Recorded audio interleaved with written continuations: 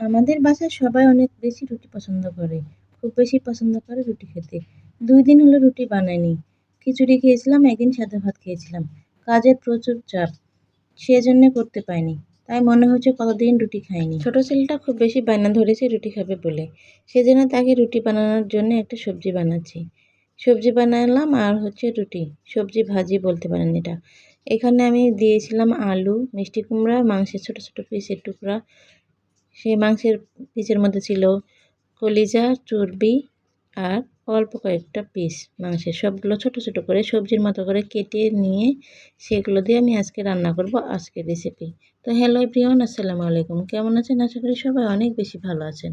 আমিও আপনাদের দোয়া আল্লাহর রহমতে অনেক বেশি ভালো আছি। তো চলুন মূল রেসিপিতে যাওয়া যাক। আমি প্রথমে সবগুলো ছোট ছোট পিস করে কেটে নিয়েছিলাম। সবগুলো টুকরো সুন্দরভাবে ধুয়ে কেটে নিয়েছিলাম। তারপরে এই যে একটা চুলায় কড়াই উঠিয়ে দিয়েছিলাম। কড়াইয়ে তেল দিয়ে দিব প্রথমে, তারপরে পেঁয়াজ দিব। সবগুলো পেঁয়াজ দিয়ে তারপরে একটু নাড়াচাড়া করব। কয়েক পিস কাঁচামরিচও দিয়েছিলাম। সবগুলো দিয়ে নাড়াচাড়া করে পেঁয়াজগুলো যখন একটু ভাজা ভাজা হয়ে আসবে তার মধ্যে তখন অ্যাড করব মশলা। হলুদের গুঁড়া, মরিচের গুঁড়া, লবণ, বাটার মশলা মানে আদা বাটা, রসুন বাটা এইসব, আর সামান্য গরম মশলা। সবগুলো দিয়ে মশলাটা যখন ভালোভাবে কষানো হয়ে যাবে তখন দিয়ে দেবো মাংসের টুকরাগুলো। মাংসের টুকরাগুলো সুন্দরভাবে দিয়ে নাড়াচাড়া করব। ভালোভাবে নেড়ে চেড়ে নেব। এখানে কোনো পানি দেব না, পানি পরে অ্যাড করব। প্রথমে সবগুলো দিয়ে মাংসটাকে সুন্দরভাবে নেড়ে নেব। দেখতে হবে যেন তলে না লেগে যায়। এটা দিয়ে একটু ঢাকনা দিয়ে ঢেকে দিব। সবগুলো দিয়ে ভালোভাবে নাড়াচাড়া করব আর ঢাকনা দিয়ে ঢেকে দেব। ঢাকনা দিয়ে ঢাকার পরে যখন লাগা লাগা ভাব আসবে তখন আমি এটাকে পানি দেব। মাংসটা সিদ্ধ হওয়ার সমান পানি দেব। এগুলো পানি দিয়ে এটা ঢাকনা দিয়ে ঢেকে দিব নাড়াচাড়া করে, যেন এটা সিদ্ধ হয়ে যায় সুন্দরভাবে মাংসগুলো। যখন এগুলো সিদ্ধ হয়ে যাবে তারপরে আমি এটাতে অ্যাড করব আলু। কেটে রাখা আলুগুলো দিয়ে দিব, আর এক্সট্রা পানি দেব না। যেটুকু পানি ছিল ওগুলো দিয়েই সুন্দরভাবে এই আলুগুলো সিদ্ধ হয়ে যাবে। চুলোর আঁচটাকে একটু কমিয়ে দিব আর ঢাকনা দিয়ে ঢেকে দিব। ঢাকনা দিয়ে ঢেকে দিব আর মাঝে মাঝে নাড়াচাড়া করে দিব।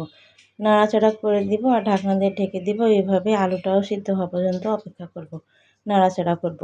আলুটা যখন সিদ্ধ হয়ে যাবে নাড়তে নাড়তে তখন আমরা এটাতে সাথে মিষ্টি কুমড়াগুলো দিয়ে দেব। মিষ্টি কুমড়া দেওয়ার পরেও আমরা সেমভাবে নাড়াচাড়া করব আর ঢাকনা দিয়ে ঢেকে দেব।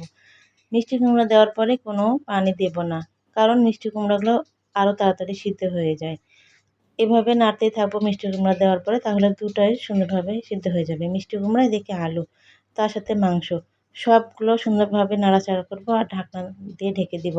এদিকে আমার চুলার আঁচটা কিন্তু কমানো আছে, মাঝে মাঝে দিতে হবে আঁচটা, তাহলে সুন্দরভাবে সিদ্ধ হয়ে যাবে। আর এভাবে হয়ে যাওয়ার আগে একটু গরম মশলা দিয়ে দিব, দিয়ে আবার সুন্দরভাবে নাড়াচাড়া করে নামিয়ে নেব।